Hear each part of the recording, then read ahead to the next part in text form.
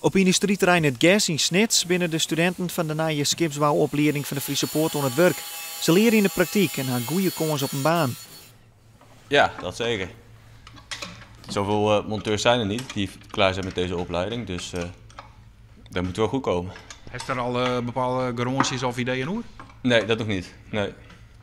Dus dat kunnen we al wijzen die er nog Ja, waar ze me zoeken, daar wil ik best beginnen dan. Nou, dat is een goede zaak dat er verlet is van monteurs. Ja. En doe ik opleiding monteur? Ja, ik doe dezelfde opleiding. Ja.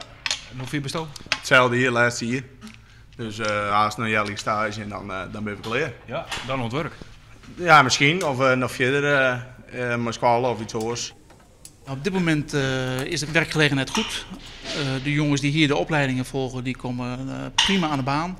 En we moeten er zelfs om denken dat ze niet van school worden afgeplukt voordat ze afgestudeerd zijn.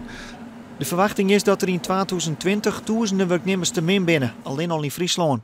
De Friese Poort liet nog 124 mensen op voor de skipsbouw, maar dat is net genoeg om het tekort aan te vullen. Het is wel opmerkelijk in de sector dat je de laatste jaren vooral van malaise en faillissementen jaren. Natuurlijk ook een beetje in de toeristisch-recreatieve sector. Daar wordt het allemaal op dit moment even wat minder.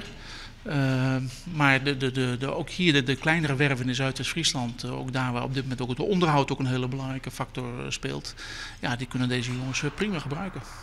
En grotere werven met internationale opdrachten door het goed. Ze hebben verlet van mensen, als Robert en Klaas.